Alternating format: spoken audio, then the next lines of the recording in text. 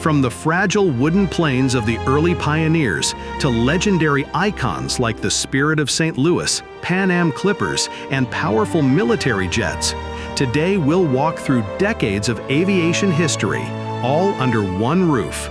Get ready for a journey through the skies.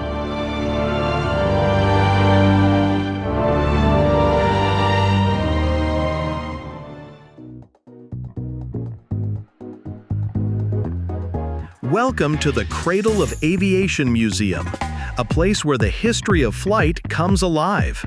Today, we'll explore incredible aircraft, rare artifacts, and fascinating stories from the golden age of aviation to the modern era. Let's take off!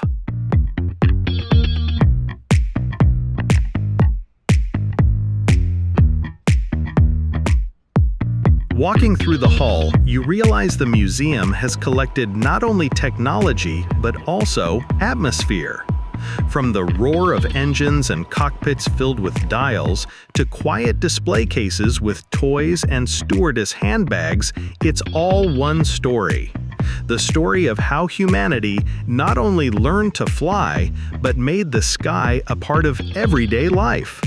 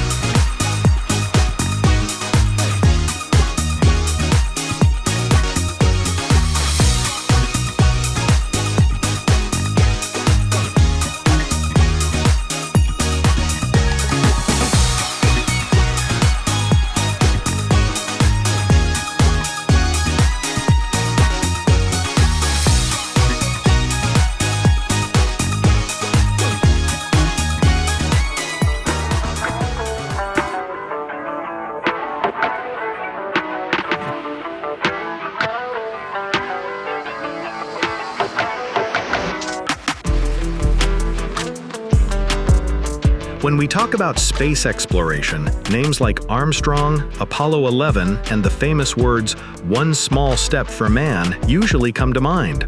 But standing in this exhibit, you realize behind those words was a massive effort, tons of metal, thousands of people, nerves stretched to the limit, and the complete unknown waiting ahead.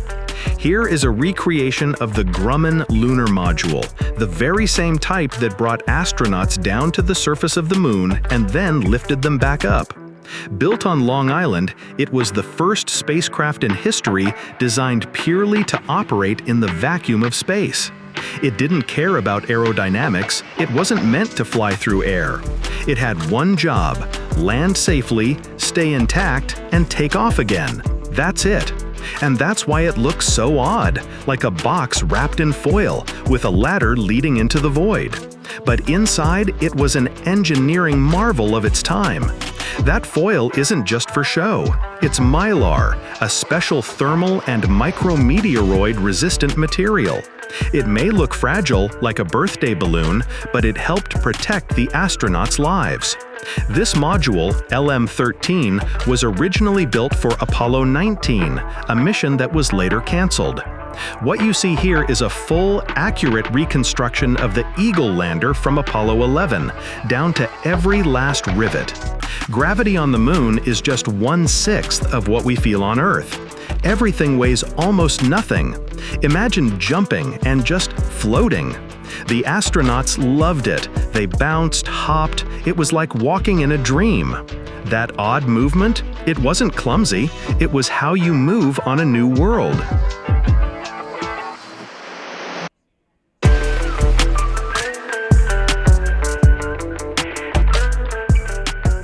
Nearby is the re-entry capsule. It's the type that splashed down in the ocean after returning from space. The Apollo 11 crew wore sealed suits inside, just in case there were any dangerous moon microbes. NASA didn't take chances. It was as if they were coming back from an alien planet, which in some ways they were. Thankfully, there were no moon germs, just 3 men and history in the making. Under a glass dome sits a small but powerful display, replicas of lunar rock samples. The originals are never loaned out by NASA, not even to scientists. So these are perfect visual copies, identical in shape, color, and texture. Looking at them, you realize the moon isn't just a gray, dead ball in the sky. It's a time capsule. In these rocks are billions of years of history. No erosion, no air, no water, just time, perfectly preserved. And yes, astronauts had to eat. On display here is actual space food from the Apollo missions and later shuttle flights. The menus were strict. There was no cosmic cuisine or Michelin stars up there, just calories, compact packaging, and nothing that could crumble. Imagine dropping a crumb in zero gravity. It could float into your eye an hour later. This part of the museum isn't about science fiction, it's about reality. Messy, risky, brilliant reality. It's about the people who didn't just dream about going to the moon, they built the machines, ran the numbers, took the risk. There's no movie magic here, just history, and you're standing right next to it. Not watching it on a screen, experiencing it, just inches away.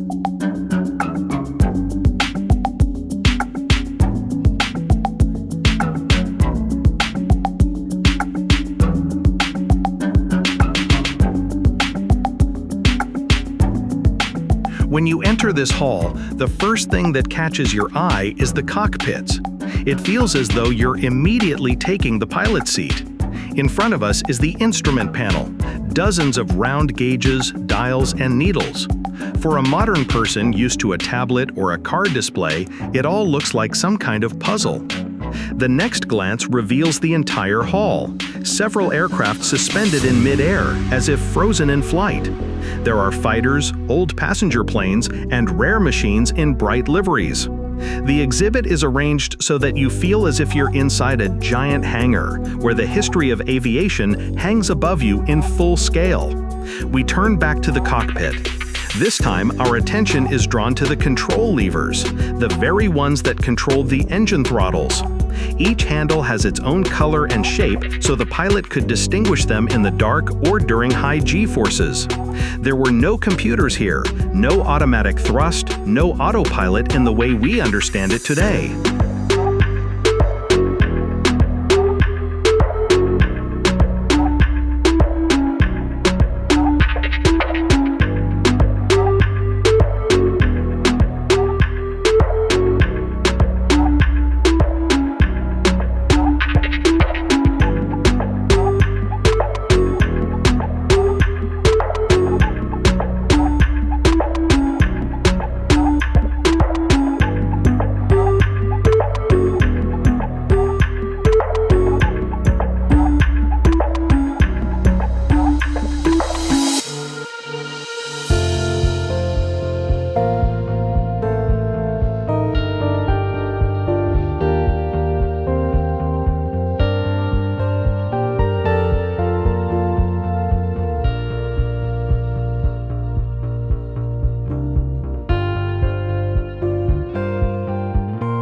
We return once more to the hall. The wide view reveals several suspended aircraft. Each has its own character, its own story, and the fact that they are all gathered in one place creates the feeling of time compressed into a single moment. Here you can see both pre-war machines and Cold War-era jet fighters at the same time.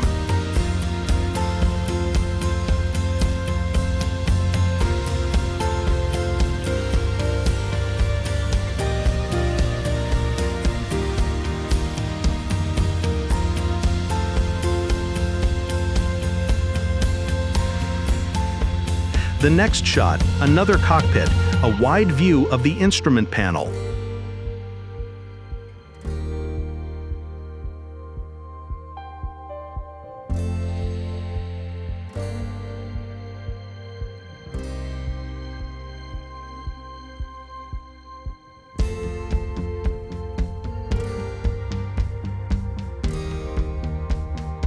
Here, it's especially clear just how hands-on everything was. No displays, no digital screens, only needles. It's like comparing a mechanical watch to an electronic one. But in aviation, for a long time, this was considered the only possible approach. We take another look into the cockpit from a different angle to examine the details. Here you can see extra panels with fuses, rows of small round lights that could illuminate during emergencies. Sitting here, you understand that the pilot worked not just with his head and hands, he was part of the machine, organically connected to it. And then again, our gaze goes upward to the hall's wide view. Aircraft hang from the ceiling.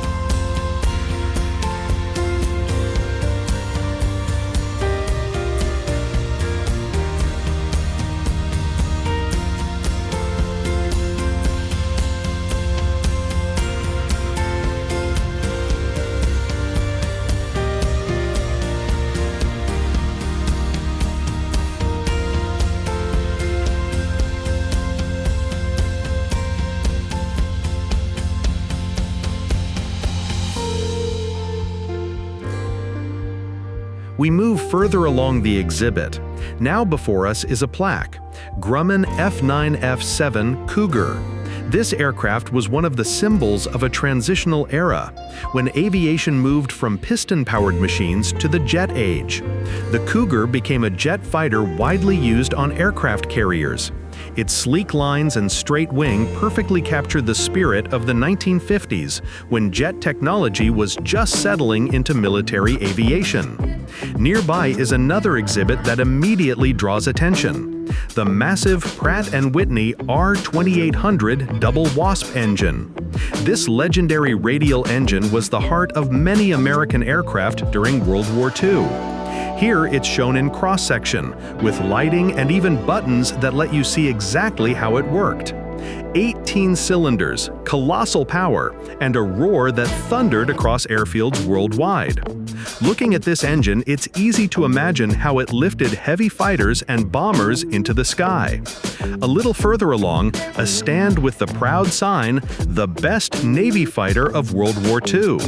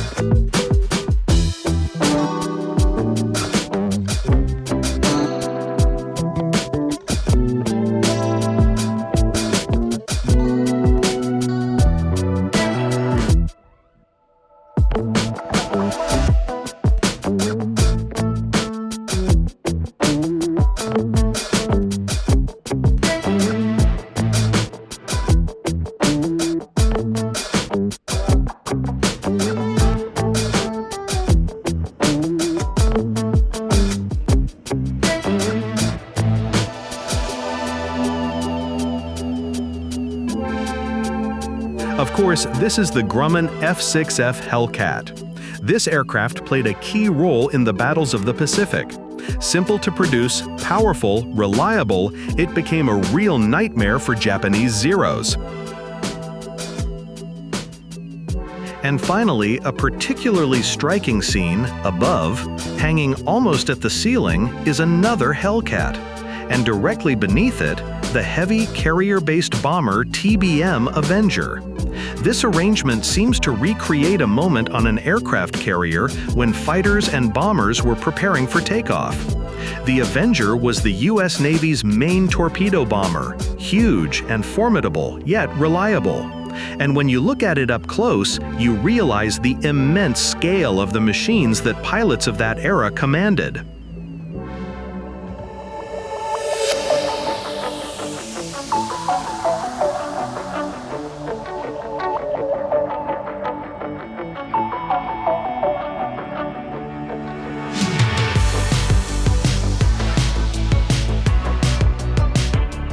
After the powerful war machines, the focus shifts to another era, civil aviation.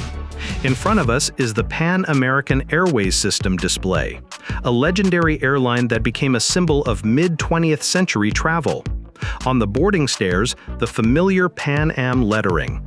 This company was associated with luxury, long-haul flights, and a new culture, a culture of people for whom the sky became a familiar space rather than an unattainable dream. Nearby is an even rarer exhibit, the Sikorsky S-38 flying boat. It's one of those amphibious aircraft with which Pan Am began its routes through the Caribbean and Latin America.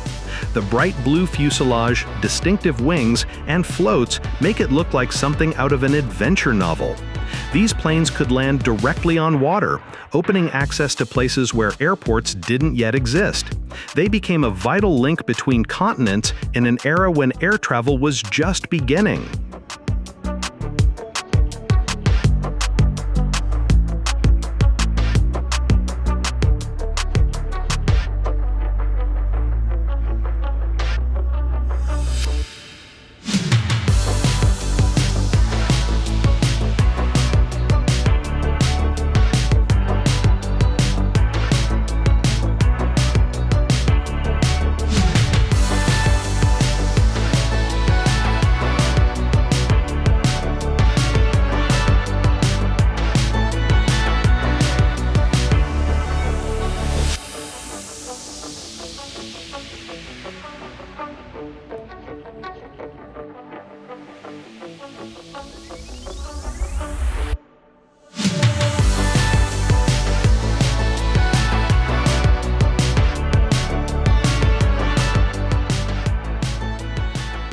And here's another flying boat, this time bright red, with a pilot mannequin inside. Its floats and shape recall the days when airplanes were still searching for their ideal form. These machines combined engineering precision with experimentation, and it was precisely such attempts that led to the creation of modern aviation.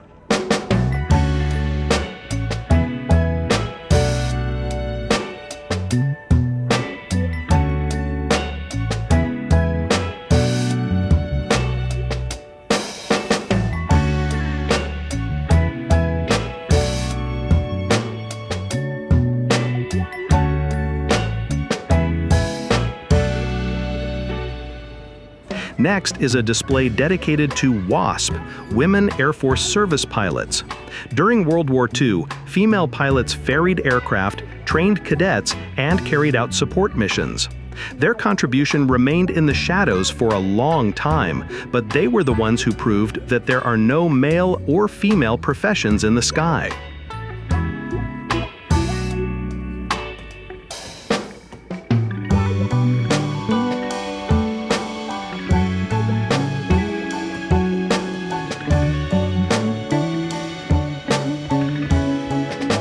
The museum displays their uniforms, photographs, and aircraft models. It's a reminder that war required everyone's effort.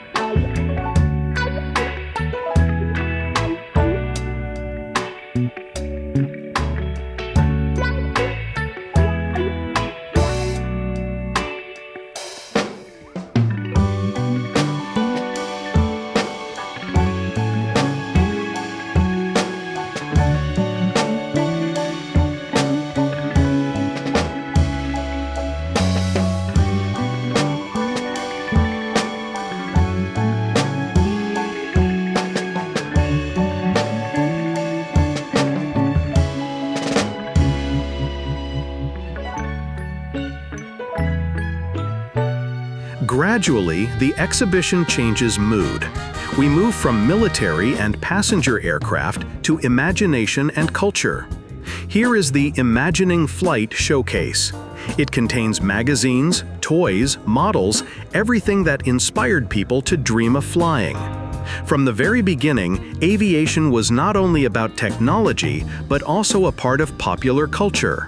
Children played with toy planes, read comic books about pilots, and collected newspaper clippings. In another case, an entire miniature aircraft carrier, toy planes, and figurines of characters like Smiling Jack, the fearless comic book pilot. Such toys gave people a chance to touch the sky, at least in play. In the 1930s and 40s, the dream of flight was akin to today's dream of space travel. On the wall is a bright poster reading, "Comet, America's future is in her air-minded youth." It's a slogan from an era when the country was raising a new generation for whom aviation was part of everyday life. Every schoolchild was seen as a future pilot or engineer, and every flight as a step into the future. In such exhibits, you can especially feel the transition from dream to reality.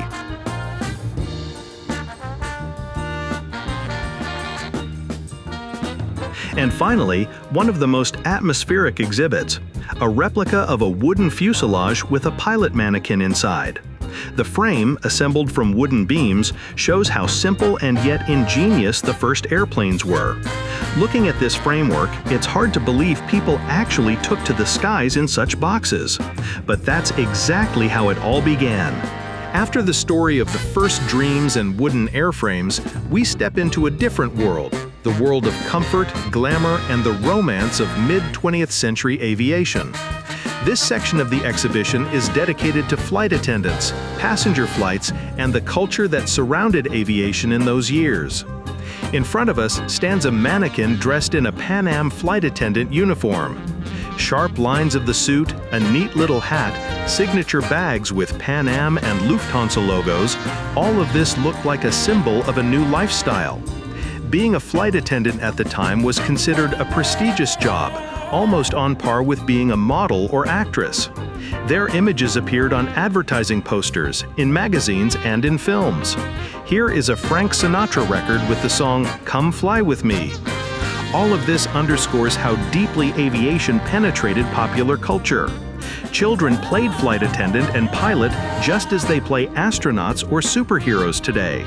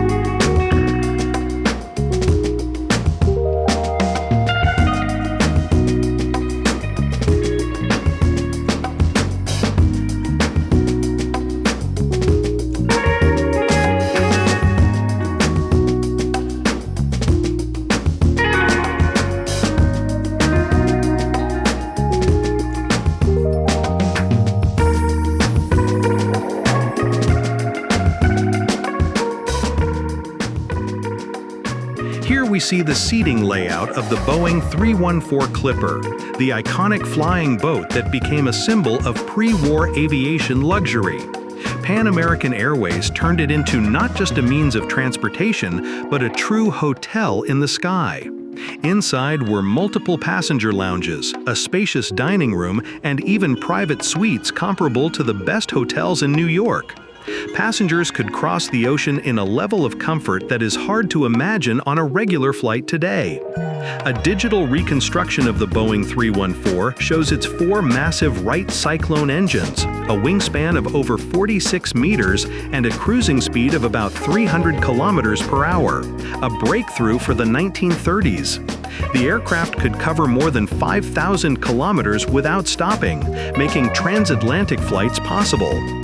Another display features souvenirs of the Pan Am building in New York, the legendary skyscraper that became a company symbol in the 1960s. Pan Am was more than just airplanes. It represented architecture, style, and even politics. It was a global corporation, a face of America to the world. A detailed model of the Worldport Terminal at JFK Airport shows the striking circular building with its flying saucer-style roof, an icon of the 1960s. This was where the first Boeing 707s and 747s arrived, symbolizing the dawn of the age of mass international travel.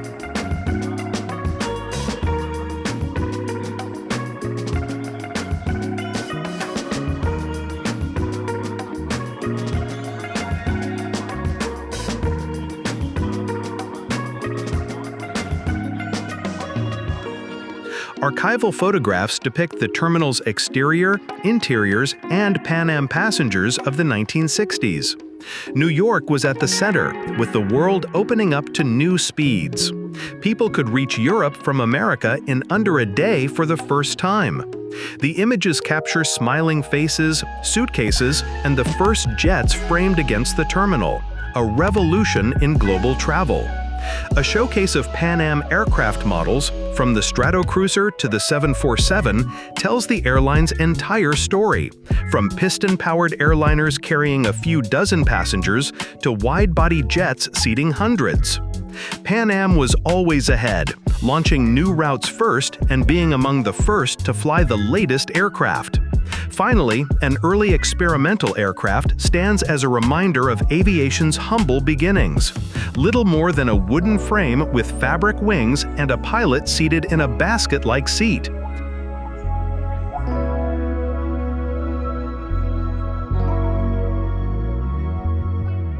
Just off to the side is a Boeing 707 in the livery of Israel's El Al airline. This late 1950s machine was the first mass-produced jet airliner, and it changed everything. Flight times nearly halved, and the Atlantic could be crossed in just a few hours. El Al was among the first to adopt these aircraft, linking Israel to the rest of the world on a new level. With the arrival of the 707, the jet revolution began, pushing piston airliners off international routes by the 1960s. From here, the exhibition takes a sharp turn from civil to military aviation.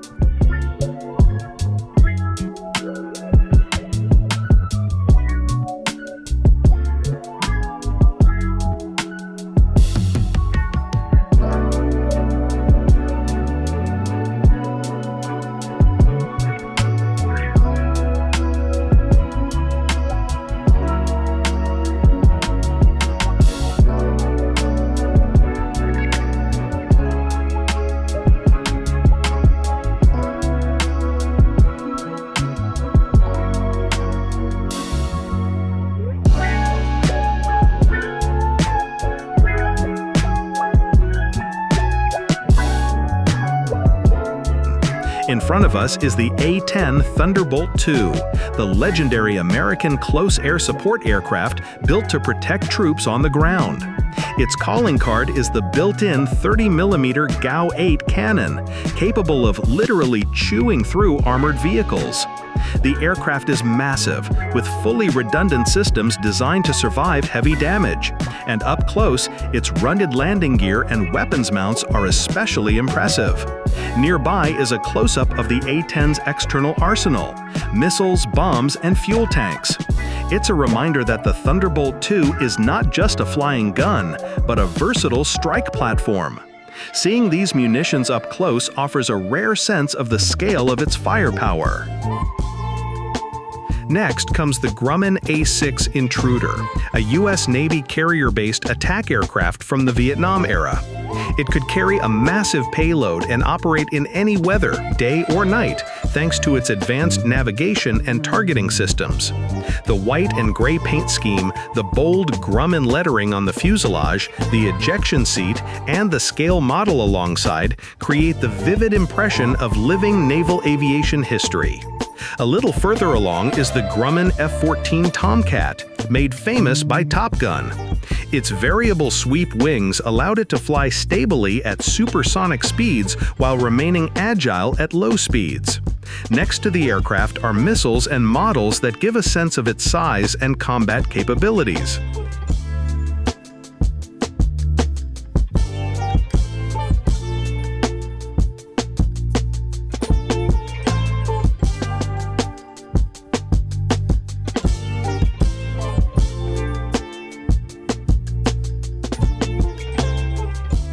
Thank you for joining me on this journey through the Cradle of Aviation Museum. I hope you enjoyed it as much as I did. See you next time.